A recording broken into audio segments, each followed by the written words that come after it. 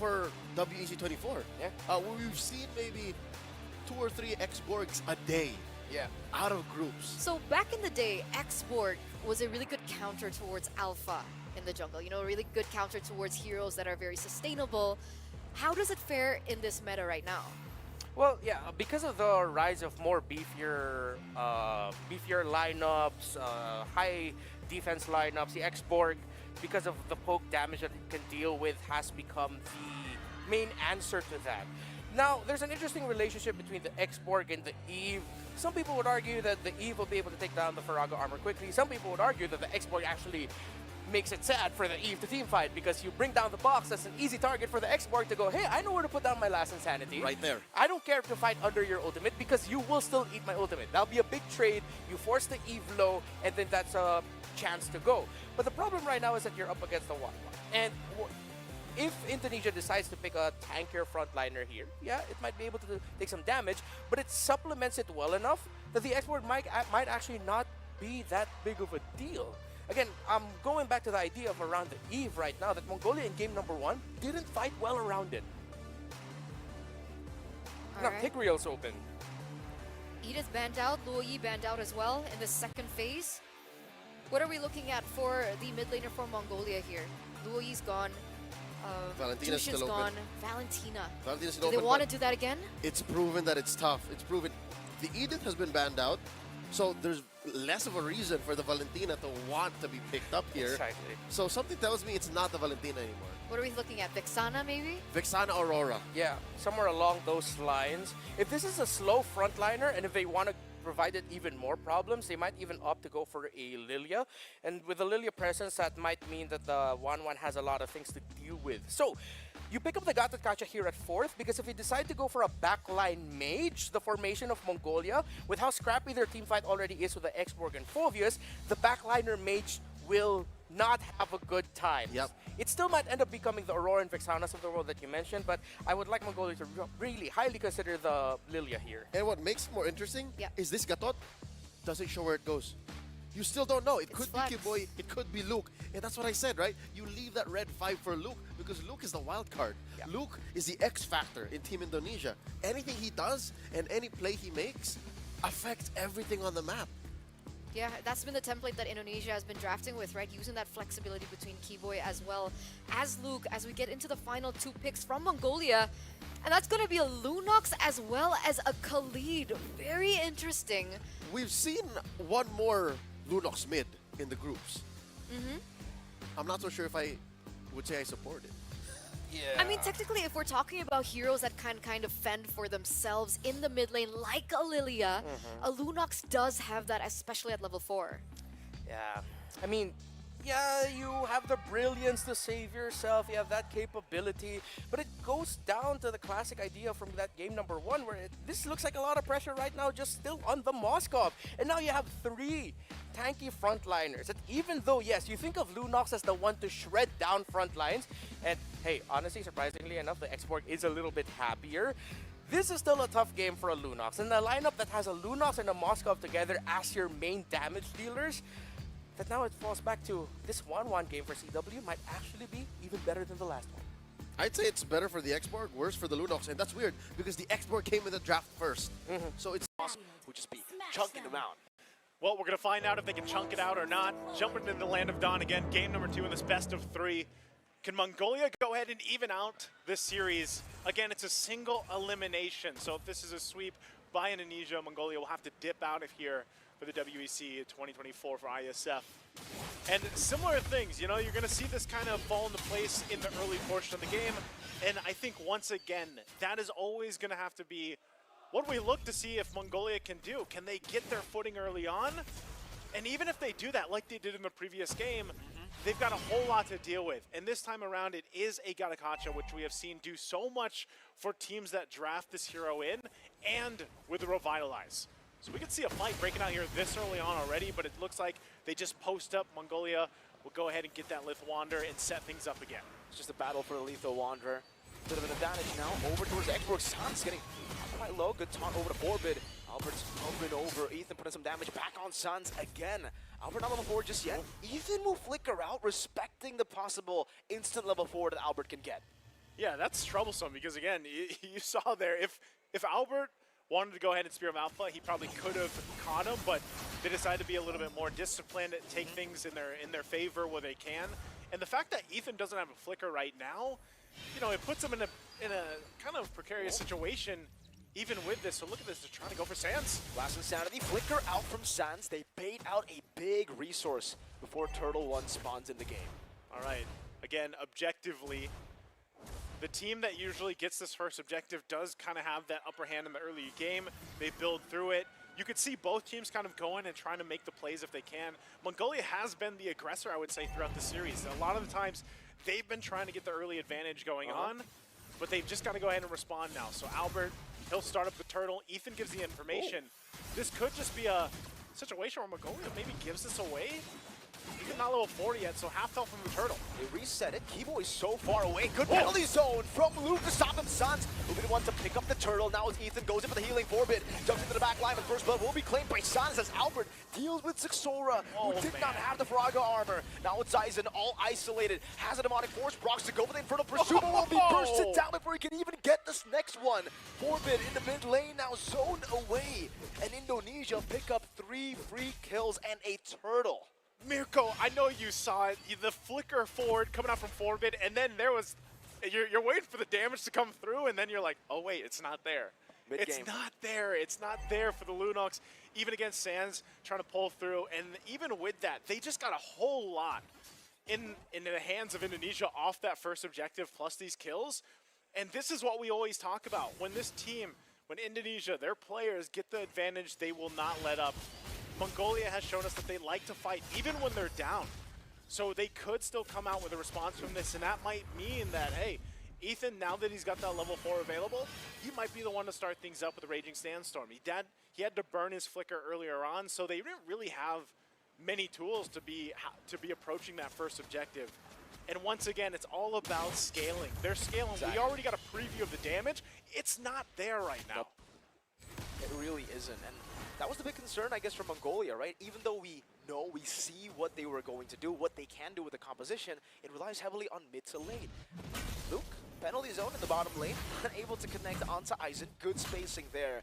But back to the point, it's all about getting to mid to lane, and I honestly feel like after losing the first turtle, they should try to respect Indonesia here. Second turtle onward, maybe look to go for some trades around the map, because if you just go and brawl it out against Indonesia with this big of a lead early on, it'll be very, very tough. You can already see Ethan put some damage down onto Albert, who wants to fight it out. He's an alpha who's a level ahead of the enemy jungle. How do we feel right now about Khalid Rome? Is it only working for certain teams, certain players? I don't know about Khalid Rome, man. It's literally just an initiation tool, and you want to buy a little bit more time too, technically, with the pick. But there's so much CC for Indonesia. When you heal up, you can't even heal. And this is going to be a free turtle over to Indonesia. No steal for Mongolia. They're just gonna have to concede this, but there's no trades being made on the map by Mongolia. Indonesia are just doing what they want. Avatar the Guardian connecting now. Even Purify, the layering from Luke, he goes to the penalty zone to the back line, but Sixora plus 4 bits damage will be enough to deal with FCW. Pops in the Inspire, gets out, and Sixora will just have to burn out the last Insanity. They only lose Luke out for that. They only lose Luke, but I'm also, you know, at least Mongolia punishes that, because that's a very aggressive play. Under the tier 2, under 5 minutes in, but they do this because they want this objective. No, Purify Garo, they were setting up for that, and now it all becomes worth it, losing Luke to burn out the Purify for them to dive and get a tier 1. Almost there. Come on. Okay. They want to save it. They delayed a little bit. Eventually that's going to go down. But yeah, it's all part of the plan, Mirko. Like, again, they initiated under the tier 2. They forced out some resources. They stay, they hang around, and then they capitalize it after that. So what ended up being, you know, not such a bad situation for Mongolia ended up being actually pretty bad. There's the turret going down as well. And so, as we were saying, you know, Indonesia will go ahead and continue to put pressure where they are able to find it. And right now, it's kind of all across the map. The next thing they're looking for here is the mid lane. If they can get the 3 for 3 on the turtles, Mongolia is in a position where do we have enough damage to actually fight this through? Can we win a team fight against Indonesia for that next turtle, or do we just let it go? We've seen teams do that before too, where they don't go and they're not able to get any of the turtles, because the biggest obstacle in front of Mongolia right now is that zone that Indonesia is setting up. Yeah. And I'm not even talking about Sans. Like, just the fact that you have a Gatakacha and a Tarizla alone in the front line is why, again, they picked up, while we thought they picked up the Lunox to hopefully, you know, burst down one of these tanky guys, and they should be able to, but later on. I don't think they're quite there yet. But it looks like Mongolia, flicker burned. Look at the targeting from Sans, always putting the Void Blast onto Zixora. Now, RWM, last insanity to be used, but he's going to be very, very low. Keyboy jumps into the Avatar, and again it's CW, who's just wreaking havoc. Zixora backed away by Keyboy. He's the one who's zoning the X-Borg. This is the pick to counter the Gata Kacha, but Zixora, I don't know where he can go. Sans will be rotating as well. Keyboy will be the one to get the kill. Though it is traded, it is definitely worth it for Indonesia, 4-1. Again, as I was asking before that broke out, is this the right moment that Mongolia wants to fight, to contest? No, it wasn't. That was not the fight you wanted to take, and now you get further into the hole that Indonesia has been building up. And you're going to find himself, even Albert, confident enough. 1v4, Albert. I don't know if you want to take this. The chaos come through. Luke, penalty zone only onto Aizen. And it's Mongolia who have to back away from two members of Indonesia. So they back away. Again, some resources are down here. Now the Malefic Gun picked up by CW. They'll go ahead and work in on these tier 2s. That's the next site for them in Mongolia. Like I was saying, they've got to kind of check themselves. You know, stop trying to force some of these fights for a little bit until you're ready for them, because even so, whether it's a Lunox, whether it's this Moskov, they have not been able to find favorable fights. Look at this pressure here. Spear of Alpha already going to be used from Albert.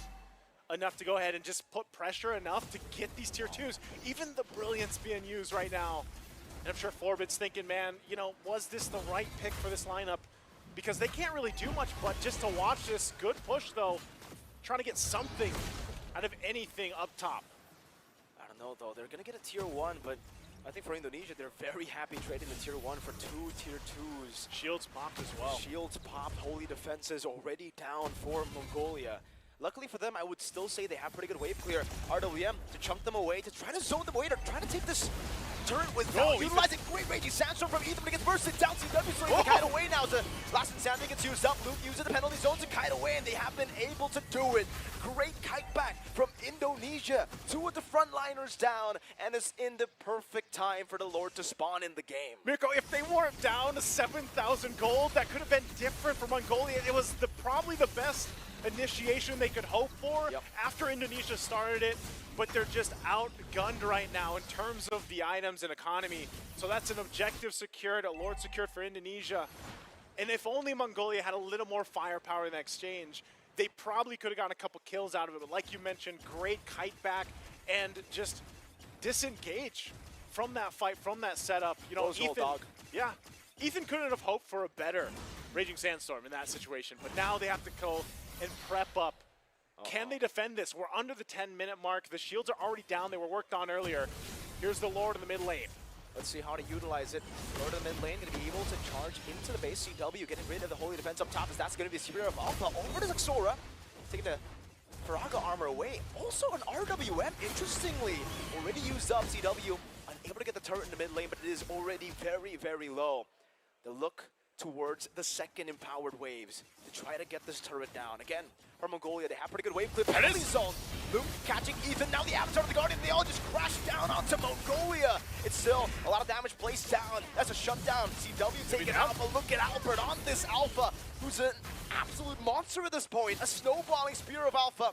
As he goes in, Zixora, even with the Faraga armor, will not be able to survive. Sans with the poke, still trying to zone Garo away. 2 more base turrets to deal with. 2 base turrets left. They got a couple waves pushing in. 4 members right now. Indonesia, Luke picking up a Winter's Crown.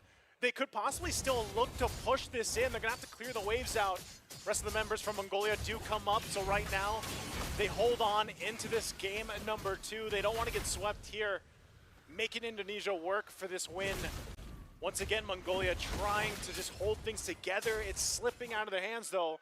10,000 gold behind at this point. Really looking to see where this Lunox plays its part, plays its role. Yes, they defended. Yes, they're still in their base. They got 1 base turret. But is this the time? We're 11 minutes in. We already talked about that mid to late game for this lineup from Mongolia. But when you have a 10,000 gold deficit to work for, it gets even more grim.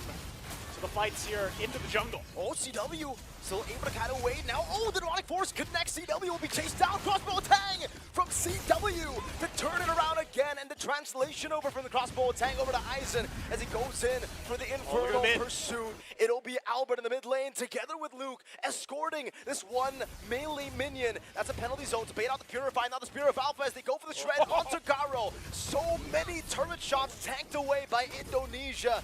But it's a given for this full tanky lineup. Now a taunt That's gonna be it. to take Forbid down. He will go for the Brilliance, but Mongolia will be knocked out from the Iesf playoffs of MLBB. Indonesia move forward. Indonesia